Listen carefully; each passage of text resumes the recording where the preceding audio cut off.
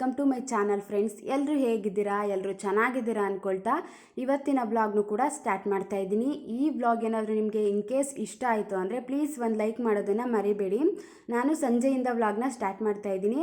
ಅಂದರೆ ಬೆಳಿಗ್ಗೆ ಹೋಗಿದ್ದು ಕರೆಂಟು, ಬೆಳಿಗ್ಗೆ 10 ಗಂಟೆಲಿ ಹೋಗಿದ್ದು ಕರೆಂಟು, ಸಂಜೆ 6 ಗಂಟೆವರೆಗೂ ಕರೆಂಟ್ ಇರಲಿಲ್ಲ. ನೆನ್ನೆ ಯಾವುದೇ ರೀತಿ ವೀಡಿಯೋ ಕೂಡ ಹಾಕ್ಲಿಕ್ಕೆ ಹೋಗಿಲ್ಲ. ಅಂದರೆ ಸ್ವಲ್ಪ ಎಡಿಟ್ ಎಲ್ಲ ಮಾಡಬೇಕಿತ್ತು, ಕರೆಂಟು ಇರಲಿಲ್ವಲ್ಲ, ಫೋನಲ್ಲಿ ಚಾರ್ಜು ಇರಲಿಲ್ಲ, ಅದಕ್ಕೋಸ್ಕರ ಯಾವುದೇ ರೀತಿ ವೀಡಿಯೋನು ಕೂಡ ಅಪ್ಲೋಡ್ ಮಾಡಲಿಲ್ಲ. ಸಂಜೆ 6 ಗಂಟೆಲಿ ಬಂತು. ನನ್ನ ಹಸ್ಬೆಂಡು ಮಟನ್ ಕೂಡ ತಂದುಕೊಟ್ಬಿಟ್ಟು ಹೋಗಿದ್ರು, ಮಧ್ಯಾಹ್ನನೇ ತಂದುಕೊಟ್ಟಿದ್ರು. ಇನ್ನು ಕರೆಂಟ್ ಇರಲಿಲ್ವಲ್ಲ, ಹಂಗೆ ಇಟ್ಬಿಟ್ರೆ ಸಂಜೆ ತನಕ ಒಂಥರ ಚೆನ್ನಾಗಿರಲ್ಲ ಅದು ಅಂದ್ಬಿಟ್ಟು ಫಸ್ಟೇ ಒಂದು 3 ವಿಸಲ್ ತೆಗೆಸಿ ಇಟ್ಕೊಬಿಟ್ಟಿದ್ದೀನಿ. ಸ್ವಲ್ಪ ಅರಿಶಿನ ಪುಡಿ, ಉಪ್ಪು ಮತ್ತು ನೀರು ಎಲ್ಲನೂ ಹಾಕಿ ಒಂದು 3 ವಿಸಲ್ ಒರೆಸ್ಕೊಂಡು ಸೈಡಲ್ಲೇ ಇಟ್ಕೊಂಡಿದ್ದೀನಿ. ನಾನಿನ್ನು ಬಿರಿಯಾನಿನ ಮಾಡ್ಕೋತಾ ಇದ್ದೀನಿ. ಅಂದರೆ ತುಂಬ ದಿನ ಆಗಿತ್ತು ನಮ್ಮನೆ ಮಟನ್ ಬಿರಿಯಾನಿನ ಮಾಡಿಕೊಂಡು, ಅದನ್ನು ಮಾಡ್ಕೊಬಿಡೋಣ ಅಂದ್ಬಿಟ್ಟು ಅದಕ್ಕೂ ರೆಡಿ ಮಾಡ್ಕೋತಾ ಇದ್ದೀನಿ. ಅದ್ರ ಜೊತೆ ಮಟನ್ ಚಾಪ್ಸ್ನು ಕೂಡ ನಾನು ರೆಡಿ ಮಾಡ್ಕೋತಾ ಇದ್ದೀನಿ. ಅದು ತುಂಬಾ ಚೆನ್ನಾಗಿರುತ್ತೆ, ಕಾಂಬಿನೇಷನ್ ಒಳ್ಳೆ ಚೆನ್ನಾಗಿರುತ್ತೆ ಮಟನ್ ಬಿರಿಯಾನಿ, ಅದ್ರ ಜೊತೆ ಗ್ರೀನ್ ಮಸಾಲ ಅಂದ್ಬಿಟ್ಟು ಅದನ್ನು ಕೂಡ ರೆಡಿ ಮಾಡ್ಕೋತಾ ಇದ್ದೀನಿ. ಇನ್ನು ಮಟನ್ ಬಿರಿಯಾನಿ ಪೌಡರ್ನ ನಾನು ಮನೇಲೇ ಮಾಡ್ಕೊಳ್ಳೋದ್ರಿಂದ ಅದಕ್ಕೆ ಏನೇನು ಬೇಕೋ ಎಲ್ಲನೂ ರೆಡಿ ಮಾಡ್ಕೋತಾ ಇದ್ದೀನಿ. ಇನ್ನು ನನಗೆ ಸ್ವಲ್ಪ ಕಮೆಂಟ್ಸ್ ಕೂಡ ಬಂದಿತ್ತು, ಅದನ್ನು ಕೂಡ ಇದೇ ವ್ಲಾಗಲ್ಲಿ ಎಕ್ಸ್ಪ್ಲೈನ್ ಕೂಡ ಮಾಡ್ತಾ ಇದ್ದೀನಿ. ಫಸ್ಟ್ ಒನ್ ಏನು ಅಂತ ಅಂದರೆ, ನೀವೇನಾದರೂ ಜಾಬ್ ಮಾಡ್ತಿದ್ದೀರಾ? ಇಲ್ಲ, ನಾನು ಫಸ್ಟು ಟೀಚರಾಗಿ ವರ್ಕ್ ಮಾಡ್ತಿದ್ದೆ, ಇವಾಗ ಎಲ್ಲೂ ಜಾಬ್ ಮಾಡ್ತಿಲ್ಲ. ನಾನು ಇವಾಗ ಮಕ್ಕಳು ನೋಡ್ಕೊಂಡು ಮನೇಲೇ ಇದ್ದೀನಿ. ನೆಕ್ಸ್ಟ್ ಒನ್ ಏನು ಅಂದರೆ, ನಿಮ್ಮ ಮನೇಲಿ ಎಷ್ಟು ಜನ ಇದ್ದೀರಾ? ನಮ್ಮ ಮನೇಲಿ 4 ಮೆಂಬರ್ಸ್ ಇದ್ದೀವಿ, ನಾನು, ಹಸ್ಬೆಂಡು, ನನ್ನಿಬ್ಬರು ಮಕ್ಕಳು. ನೆಕ್ಸ್ಟ್ ಒನ್ ಏನು ಅಂತ ಅಂದರೆ, ಗ್ರ್ಯಾಟಿಟ್ಯೂಡ್ ಜನರಲ್ ಯಾವ ರೀತಿ ಬರೀತೀರಾ ಅದ್ರ ಬಗ್ಗೆ ತಿಳಿಸಿ ಅಂತ ತುಂಬ ದಿನದಿಂದ ಕಮೆಂಟ್ ಮಾಡ್ತಾಯಿದ್ರು. ಫಸ್ಟೇ ಹೇಳ್ಬಿಡ್ತೀನಿ, ನಾನು ವಿಡಿಯೋ ನೋಡಿ ಅದನ್ನು ಬರೀಲಿಕ್ಕೆ ಸ್ಟಾರ್ಟ್ ಮಾಡ್ಕೊಂಡಿರೋದು, ಆಯಿತಾ? ನಂಗೆ ಅದ್ರ ಬಗ್ಗೆ ಎಕ್ಸ್ಪ್ಲನೇಷನ್ ಎಷ್ಟು ಗೊತ್ತು ಅಷ್ಟನ್ನು ಮಾತ್ರ ನಾನು ನಿಮ್ಮ ಜೊತೆ ಶೇರ್ ಮಾಡ್ಕೋತೀನಿ. ನನಗೆ ಎಷ್ಟು ಗೊತ್ತು, ನಾನು ಎಷ್ಟು ತಿಳ್ಕೊಂಡಿದ್ದೀನಿ ಅದನ್ನು ಮಾತ್ರ ನಿಮ್ಮ ಜೊತೆ ಹೇಳ್ತೀನಿ. ಅಂದರೆ ಡೀಪಾಗೆಲ್ಲ ನನಗೆ ಎಕ್ಸ್ಪ್ಲನೇಷನ್ ಅದ್ರ ಬಗ್ಗೆ ಅಷ್ಟು ತಿಳ್ಕೊಂಡಿಲ್ಲ. ನಾನು ಬೇಸಿಕ್ಕಾಗಿ ಎಷ್ಟು ತಿಳ್ಕೊಂಡಿದ್ದೀನಿ, ಅಂದರೆ ಯಾವುದೇ ರೀತಿ ಕ್ಲಾಸ್ಗೇನು ಹೋಗಿಲ್ಲ ಅಲ್ವಾ. ನನಗೆ ಎಷ್ಟು ಗೊತ್ತು ಅಷ್ಟನ್ನು ಮಾತ್ರ ನಾನು ನಿಮ್ಮ ಜೊತೆ ಶೇರ್ ಮಾಡ್ಕೋತೀನಿ. ಫಸ್ಟು ಗ್ರ್ಯಾಟಿಟ್ಯೂಡ್ ಜನರಲ್ ಅಂದರೆ ಏನು, ಅದನ್ನು ಏನಕ್ಕೆ ಬರೀಬೇಕು ಅಂತ ಅಂದರೆ, ನಾವಿವಾಗ ಇದ್ದೀವಿ, ನಾವಿವಾಗ ಒಂದು ಹ್ಯಾಪಿಯಾಗಿ ಲೈಫ್ನ ಲೀಡ್ ಮಾಡ್ತಿದ್ದೀವಿ, ನಾವು ಮಾರ್ನಿಂಗ್ ಟೈಮ್ ಚೆನ್ನಾಗಿ ಎದ್ದಿದ್ದೀವಿ, ಇವತ್ತು ಜೀವಂತವಾಗಿದ್ದೀವಿ ಅಂತ ಅಂದರೆ ನಾವು ಯೂನಿವರ್ಸ್ಗೆ ಎಷ್ಟು ಗ್ರೇಟ್ಫುಲ್ ಆಗಿರ್ತೀವಿ, ಎಷ್ಟು ಥ್ಯಾಂಕ್ಫುಲ್ ಆಗಿರ್ತೀವಿ ಅನ್ನೋದೇ, ಆಯಿತಾ? ನಾವಿವಾಗ ಎಷ್ಟು ನಾವು ಥ್ಯಾಂಕ್ ಯು ಯೂನಿವರ್ಸ್ ಅಂತ ನಾವು ಎಷ್ಟು ಥ್ಯಾಂಕ್ಫುಲ್ಲಾಗಿ ಹೇಳ್ತಾನೆ ಇರ್ತೀವಿ, ಥ್ಯಾಂಕ್ ಯು ಅಂತ. ಯೂನಿವರ್ಸು ನಮಗೆ ಏನು ಅಂದ್ಕೊಂಡಿರ್ತೀವೋ, ನಾವು ಬಯಸಿದ್ದನ್ನೆಲ್ಲ ಕೊಡುತ್ತೆ ಅನ್ನೋ ಒಂದು ಪಾಸಿಟಿವ್ ಫೀಲು, ಆಯಿತಾ? ಅಂದರೆ ಮೊದಲೇ ನೀವು ಬರೀಬೇಕಾದ್ರೇ ಅಯ್ಯೋ ಆಗುತ್ತಾ ಆಗಲ್ವಾ ಅನ್ನೋ ಒಂದು ನೆಗೆಟಿವ್ ಥಾಟ್ಸ್ ಇಟ್ಕೊಂಡೆಲ್ಲ ಬರೀಲಿಕ್ಕೆ ಹೋಗಬೇಡಿ. ಅಂದರೆ ಒಂದು 10 ನಿಮಿಷ ಟೈಮ್ ಕೊಟ್ಟು ಬರೆಯೋದ್ರಲ್ಲಿ ಏನೂ ವೇಸ್ಟ್ ಆಗಲ್ಲ ಅಲ್ವಾ. ಹೆಂಗಿದ್ರು ಮಾರ್ನಿಂಗ್ ಟೈಮಿಗೆ ಎದ್ದೇಳ್ತಾ ಇದ್ದೀವಿ ಬೇಗ ಅಂದಾಗ, ನೋಡೋಣ, ಟ್ರೈ ಮಾಡೋಣ, ಆದರೂ ಆಗ್ಬೋದು, ನಮ್ಮ ವಿಷಯ ಕೂಡ ಯೂನಿವರ್ಸ್ಗೆ ಕೇಳಿಸಿ ಅದು ಆದರೂ ಆಗ್ಬೋದು ಅಲ್ವಾ, ಯಾರಿಗೆ ಗೊತ್ತು ಅನ್ನೋ ರೀತಿ ಒಂದು ಪಾಸಿಟಿವ್ ಮೈಂಡ್ ಸೆಟ್ ಇಟ್ಕೊಂಡೇ ಸ್ಟಾರ್ಟ್ ಮಾಡಿ. ಅಂದರೆ ಫಸ್ಟೇ ಎಲ್ಲ ಆಗಿಬಿಡುತ್ತೆ, ನಾನು ಅಂದ್ಕೊಂಡಿದ್ದೆಲ್ಲ ಆಗಿಬಿಡುತ್ತೆ, ಆಗಲೇಬೇಕು ಅನ್ನೋ ರೀತಿ ಬೇಡ.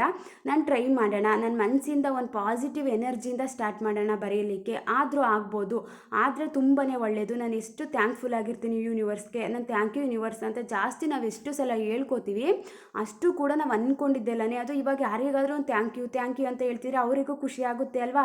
ಅದೇ ರೀತಿ ನಾವು ಎಷ್ಟು ಜಾಸ್ತಿ ಥ್ಯಾಂಕ್ ಯು ಯೂನಿವರ್ಸ್, ನನಗೆ ಈ ರೀತಿ ಆಗ್ತಿದೆ, ಥ್ಯಾಂಕ್ ಯು ಯೂನಿವರ್ಸ್ ಅಂತ ಪದೇ ಪದೇ ಹೇಳ್ತಿದ್ರೆ ನಾವೇನೇ ಅಂದ್ಕೊಂಡ್ರು ಕೂಡ ಅದು ಯೂನಿವರ್ಸು ನಮಗೆ ಅದನ್ನು ನೆರವೇರಿಸುತ್ತೆ ಅನ್ನೋ ಫೀಲಿಂಗು, ಅಷ್ಟೇನಾ?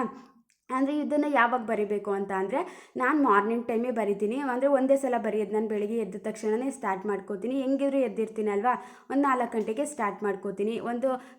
ಒಂದು ಒಳ್ಳೆ ರೀತಿಯಿಂದನೇ ಸ್ಟಾರ್ಟ್ ಮಾಡಿ. ಮಾರ್ನಿಂಗ್ ಟೈಮ್ ಅಂದರೆ ಫ್ರೆಶ್ ಆಗಿ ಎದ್ದಿರ್ತೀವಿ, ಆಮೇಲೆ ಜಾಸ್ತಿ ಎನರ್ಜಿ ಕೂಡ ಮಾರ್ನಿಂಗ್ ಟೈಮ್ ಇರುತ್ತೆ ಅಂತ ಹೇಳ್ತಾರೆ ಅಲ್ವಾ, ಒಂದು ಪಾಸಿಟಿವ್ ವೈಬ್ ಅನ್ನೋದಿರುತ್ತೆ.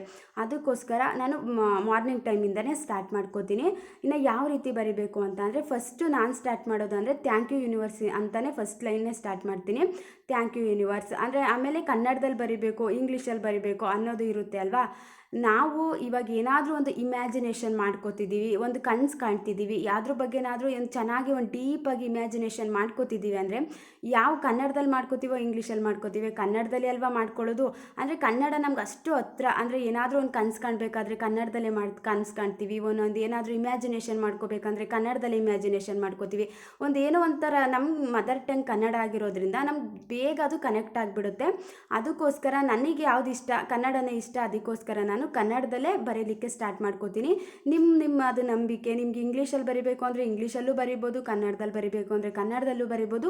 ನಿಮ್ಮ ಇಷ್ಟ, ಯಾವ ಭಾಷೆಯಲ್ಲಾದರೂ ಬರೀರಿ. ನಿಮಗೆ ಫಸ್ಟು ಚೆನ್ನಾಗಿ ಅರ್ಥ ಆಗುವಂಥದ್ದು ಭಾಷೆ ಯಾವುದು ಅಂದರೆ ಮನಸ್ಸಿಗೆ ಬೇಗ ಹತ್ರ ಆಗುವಂಥದ್ದು ಭಾಷೆ ಯಾವುದು, ಯಾವುದರಿಂದ ಜಾಸ್ತಿ ನಾವು ಒಂದು ಇಮ್ಯಾಜಿನೇಷನ್ ಅನ್ನೋದನ್ನ ಮಾಡ್ಕೋತೀವಿ, ಅದರಿಂದನೇ ಬರೆದ್ರೆ ಒಂದು ಇಮ್ಯಾಜಿನೇಷನ್ ಜಾಸ್ತಿ ಮಾಡ್ಕೋತಾ ಅದು ಬೇಗ ಆಗುತ್ತೆ ಅನ್ನೋದು ಫೀಲ್ ಅಷ್ಟೇ. ಅದಕ್ಕೋಸ್ಕರ ನಾನು ಕನ್ನಡದಲ್ಲೇ ಸ್ಟಾರ್ಟ್ ಮಾಡ್ತೀನಿ ಬರೆಯಲಿಕ್ಕೆ. ಇನ್ನು ಯಾವ ಪೆನ್ನಲ್ಲಿ ಬರಿಬೇಕು, ಹೊಸ ಬುಕ್ಕಲ್ಲೇ ಬರಿಬೇಕಾ, ಇದೆಲ್ಲ ಇರುತ್ತೆ ಅಲ್ವಾ. ಅಂದರೆ ಒಂದು 21 ಡೇಸ್ ಚಾಲೆಂಜ್ ತಗೋತೀನಿ ನಾನು. ಅಂದರೆ ಆಗುತ್ತೋ ಇಲ್ವೋ ನೋಡೋಣ, ಟ್ರೈ ಮಾಡಿ ನೋಡೋಣ. ಅಂದರೆ ಹೊಸ ಬುಕ್ನೇ ತಗೊಳ್ಳಿ, ಅಂದರೆ ಹೆಂಗಿದ್ರು ಬೇಕೇ ಯೂಸ್ ಆಗುತ್ತೆ ಅಲ್ವಾ. ಇವಾಗ ಹೊಸ ಬುಕ್ ತೊಗೊಂಡ್ರೆ ನೆಕ್ಸ್ಟು ನಾವು ಆದರೆ ಅದನ್ನೇ ಕಂಟಿನ್ಯೂ ಮಾಡಲಿಕ್ಕೂ ಕೂಡ ತುಂಬಾ ಯೂಸ್ ಆಗುತ್ತೆ. ಒಂದು ಹೊಸ ಬುಕ್ನೇ ತೊಗೋಬೇಡಿ. ಏನೋ ಒಂದು ಹೊಸ್ದಾಗಿ ಸ್ಟಾರ್ಟ್ ಮಾಡ್ತಾಯಿದ್ದೀವಿ ಅಂದಾಗ ಒಂದು ಹೊಸ್ದಾಗೆ ತಗೊಂಡು ಸ್ಟಾರ್ಟ್ ಮಾಡೋದು ಒಳ್ಳೇದಲ್ವಾ. ನೆಕ್ಸ್ಟು ಏನು ಅಂತಂದರೆ ಪೆನ್ನು, ಯಾವ ಪೆನ್ನಲ್ಲಿ ಬರೀಬೇಕು. ಇವಾಗ ಬ್ಲೂ ಪೆನ್ನಲ್ಲಿ ಬರಿಬೇಕಾ, ನನಗೆ ಅಷ್ಟು ನಾನು ನಿಜವಾಗ್ಲೂ ಡೀಪಾಗೆಲ್ಲ ನಾನು ಏನೂ ಯೋಚನೆ ಮಾಡಿಲ್ಲ. ನನಗೆ ಏನಂದರೆ ಡೈಲಿ ನಾನು ಯಾವ ಪೆನ್ ಯೂಸ್ ಮಾಡ್ತೀನಿ ಬರೀಲಿಕ್ಕೆ, ಬ್ಲೂ ಪೆನ್ನೇ ಅಲ್ವಾ, ಅದನ್ನೇ ನಾನು ಬರೀಲಿಕ್ಕೆ ಸ್ಟಾರ್ಟ್ ಮಾಡ್ಕೋತೀನಿ. ನಾನು ಬರೆಯೋದು ಬ್ಲೂ ಪೆನ್ನಲ್ಲೇ.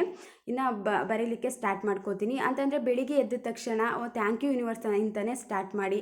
ನನಗೊಂದು ಒಳ್ಳೆ ಪಾರ್ಟ್ನರ್ ಸಿಕ್ಕಿದ್ದಾರೆ, ಇದಕ್ಕೆ ನಾನು ಯಾವಾಗಲೂ ಗ್ರೇಟ್ಫುಲ್ ಆಗಿರ್ತೀನಿ. ನಾನು ಯಾವತ್ತೂ ಥ್ಯಾಂಕ್ಫುಲ್ ಆಗಿರ್ತೀನಿ ಯೂನಿವರ್ಸ್. ನನಗೊಳ್ಳೆ ಫ್ಯಾಮಿಲಿ ಸಿಕ್ಕಿದೆ, ನಾನು ಇವತ್ತು ತುಂಬಾ ಹ್ಯಾಪಿ ಆಗಿದ್ದೀನಿ. ಫಸ್ಟೇ ನಾವು ಅಂದರೆ ಇವತ್ತು ತುಂಬ ಹ್ಯಾಪಿ ಆಗಿದ್ದೀನಿ ಅನ್ನೋದನ್ನೇ ನಾವು ಫಸ್ಟೇ ಆಗಿದೆ ಅನ್ನೋದನ್ನೇ ಸ್ಟಾರ್ಟ್ ಮಾಡ್ಕೋಬೇಕು. ಆಗಿಲ್ಲ ಅಂತ ಏನು ಸ್ಟಾರ್ಟ್ ಮಾಡ್ಕೋಬೇಡಿ. ನಾನು ಇವತ್ತು ತುಂಬಾ ಖುಷಿಯಾಗಿದ್ದೀನಿ, ಅದಕ್ಕೆ ನಾನು ಯಾವಾಗಲೂ ನಿಮಗೆ ಥ್ಯಾಂಕ್ಫುಲ್ ಆಗಿರ್ತೀನಿ ಯೂನಿವರ್ಸ್ ಅಂತಲೇ ಸ್ಟಾರ್ಟ್ ಮಾಡ್ಕೊಳ್ಳಿ. ಒಳ್ಳೆ ಹಸ್ಬೆಂಡ್ ಇದ್ದಾರೆ, ಒಳ್ಳೆ ಫ್ಯಾಮಿಲಿ ಇದೆ, ಒಂದು ಒಳ್ಳೆ ಲೈಫ್ ಲೀಡ್ ಮಾಡ್ತಾ ಇದ್ದೀವಿ ಅಂದರೆ ಅದನ್ನೆಲ್ಲ ಬರೆಯಲಿಕ್ಕೆ ಸ್ಟಾರ್ಟ್ ಮಾಡಿ. ಅಂದರೆ ನಿಮ್ಮ ಇಷ್ಟ, ಅದು ನಿಮ್ಗೆ ಏನು ಇಮ್ಯಾಜಿನೇಷನ್ ಮಾಡ್ಕೋತಿರೋ ಎಲ್ಲನೂ ಬರಿಬೋದು. ನಿಮ್ಗೆ ಏನು ತಲೆಯಲ್ಲಿ ಬರುತ್ತೋ, ನಿಮ್ಗೆ ಯಾವ ರೀತಿ ಕೆಲಸ ಆಗಬೇಕಾಗಿರುತ್ತೋ. ಇವಾಗ ನಾನು ಲೈಫಲ್ಲಿ ಒಂದು ಚೆನ್ನಾಗಿ ಮುಂದೆ ಈ ರೀತಿ ಇರಬೇಕಪ್ಪ, ಅದ್ರ ಬಗ್ಗೆ ಮ್ಯಾನಿಫೆಸ್ಟ್ ಮಾಡ್ಕೋಬೇಕು ಅಂತ ಅಂದರೆ ಅದನ್ನು ಕೂಡ ಬರೀರಿ. ನನ್ನ ಮುಂದೆ ನಾನು ಈ ರೀತಿ ಇರಬೇಕು, ನನಗೆ ಜಾಸ್ತಿ ಅಮೌಂಟ್ ಬರ್ತಾನೆ ಇರಬೇಕು, ನನಗೆ ಆಕಸ್ಮಿಕವಾಗಿ ನನ್ನ ಅಕೌಂಟ್ಗೆ ಅಮೌಂಟ್ ಟ್ರಾನ್ಸ್ಫರ್ ಆಗಬೇಕು. ಇದೆಲ್ಲ ನಿಮ್ಗೆ ಯಾವ ರೀತಿ, ನಿಮ್ಗೆ ಯಾವ ಕೆಲಸದ ಬಗ್ಗೆ ಆಗಬೇಕು ಅನಿಸುತ್ತೋ ಅದೆಲ್ಲನೂ ಬರಿಬೋದು. ನಿಮ್ಮ ಫ್ಯಾಮಿಲಿ ಬಗ್ಗೆ ಆಗಿರ್ಬೋದು, ದುಡ್ಡಿನ ವಿಚಾರ ಆಗಿರ್ಬೋದು, ನಿಮ್ಮ ಲೈಫ್ ಬಗ್ಗೆ ಆಗಿರ್ಬೋದು. ನಾನು ಏನಾದರೂ ಒಂದು ಒಳ್ಳೆ ಜಾಬ್ ತೊಗೋಬೇಕು ಅಂದಾಗ ನನಗೆ ಆಲ್ರೆಡಿ ಒಂದು ಒಳ್ಳೆ ಜಾಬ್ ಸಿಕ್ಕಿದೆ, ಇವಾಗ ನಾನು ಯಾವಾಗಲೂ ನಿಮಗೆ ಯೂನಿವರ್ಸ್ಗೆ ಥ್ಯಾಂಕ್ಫುಲ್ ಆಗಿರ್ತೀನಿ. ನನಗೆ ಇಷ್ಟು ಅಮೌಂಟ್ ಬರೋ ಜಾಬ್ ಸಿಕ್ಕಿದೆ, ನಾನು ಇದಕ್ಕೆ ಥ್ಯಾಂಕ್ ಯು ಯೂನಿವರ್ಸ್, ನಾನು ಯಾವತ್ತೂ ನಿಮಗೆ ಥ್ಯಾಂಕ್ಫುಲ್ ಆಗಿರ್ತೀನಿ ಅಂತ ಬರೀಲಿಕ್ಕೆ ಸ್ಟಾರ್ಟ್ ಮಾಡ್ಕೊಳ್ಳಿ. ನೆಕ್ಸ್ಟು ಇನ್ನೊಂದು ಕಮೆಂಟ್ ಬಂದಿತ್ತು, ನಾನು ತುಂಬ ಲೇಜಿ ಆಗಿದ್ದೀನಿ, ನನಗೆ ತಿದ್ದಿ ಬುದ್ಧಿ ಹೇಳೋಕ್ಕೆ ಅಮ್ಮ ಅತ್ತೆ ಯಾರೂ ಇಲ್ಲ, ನನ್ನ ಹಸ್ಬೆಂಡ್ ತುಂಬ ಒಳ್ಳೆಯವರು, ಅವ್ರೇನೂ ಹೇಳಲ್ಲ, ನನಗೆ 2 ಮಕ್ಕಳಿದ್ದಾರೆ, ನಾನು ಬೆಳಗ್ಗೆಯಿಂದ ಸಂಜೆವರೆಗೂ ಲೇಜಿಯಾಗಿ ಸುಮ್ಮನೆ ಕೂತ್ಕೋತೀನಿ ಅಂತ ಕಮೆಂಟ್ನ ಮಾಡಿದ್ರಿ. ಇದ್ರ ಬಗ್ಗೆ ಟಿಪ್ಸ್ ಹೇಳಿ ಅಂತ. ನಾನು ಇವಾಗ ಏನೇ ಟಿಪ್ಸ್ ಹೇಳಿದ್ರು ಕೂಡ ಇವಾಗ ಮೋಟಿವೇಟ್ ಆಗ್ತೀರಾ, ಆಮೇಲೆ ಅದು ಮರ್ತೋಗ್ಬಿಡ್ತೀರಾ.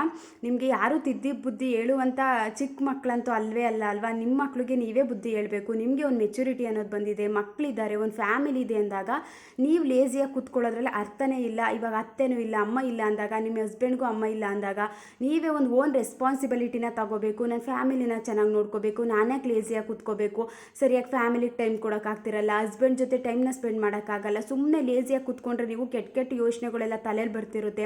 ಯಾವುದೇ ಕೆಲಸ ಮಾಡೋದಕ್ಕೂ ಮೂಡ್ ಅನ್ನೋದಿರೋದಿಲ್ಲ, ಒಂಥರ ಮೂಡ್ ಬೇಜಾರು ಅನ್ನೋ ರೀತಿ ಆಗಿಬಿಡುತ್ತೆ. ಅದಕ್ಕೋಸ್ಕರ ಆದಷ್ಟು ಬೇರೆ ಟಿಪ್ಸ್ ಹೇಳೋದಕ್ಕಿಂತ ನೀವೇ ಒಂದು ಮೋಟಿವೇಟ್ ಅನ್ನೋದನ್ನ ಮಾಡಿಕೊಂಡು, ನನಗೆ ಲಾಸ್ ಆಗ್ತಿರೋದು, ನಾನೇ ಸುಮ್ಮನೆ ಕೂತ್ಕೋಬೇಕು, ನನ್ನ ಫ್ಯಾಮಿಲಿನ ಚೆನ್ನಾಗಿ ನೋಡ್ಕೊಳ್ಳೋಣ, ಮಕ್ಕಳನ್ನ ಚೆನ್ನಾಗಿ ನೋಡ್ಕೊಳ್ಳೋಣ, ಆದಷ್ಟು ಮಕ್ಕಳ ಜೊತೆ ಟೈಮ್ನ ಸ್ಪೆಂಡ್ ಮಾಡೋಣ, ಹಸ್ಬೆಂಡ್ ಜೊತೆ ಟೈಮ್ನ ಸ್ಪೆಂಡ್ ಮಾಡೋಣ ಅಂತ ಅಂದ್ಕೊಂಡು ನಿಮಗೆ ನೀವೇ ಮೋಟಿವೇಟ್ ಆಗಿ ಚೇಂಜ್ ಆಗೋದು ತುಂಬಾ ಒಳ್ಳೆಯದು. ನಾವೇನೇ ಹೇಳಿದ್ರು ಕೂಡ ಸ್ವಲ್ಪ ಹೊತ್ತು ಅನಿಸುತ್ತೆ, ಆಮೇಲೆ ಮರ್ತು ಬಿಡ್ತೀರಾ. ಅದಕ್ಕೋಸ್ಕರ ಆದಷ್ಟು ನೀವೇ ನಿಮಗೆ ಮೋಟಿವೇಟ್ ಮಾಡ್ಕೊಳ್ಳಿ ಅಂತ ಹೇಳ್ತೀನಿ. ಈ ವ್ಲಾಗ್ ಇಷ್ಟ ಆದರೆ ಒಂದು ಲೈಕ್ ಮಾಡೋದನ್ನು ಮರಿಬೇಡಿ. ನೆಕ್ಸ್ಟ್ ವಿಡಿಯೋದಲ್ಲಿ ಸಿಗ್ತೀನಿ. Thank you for watching.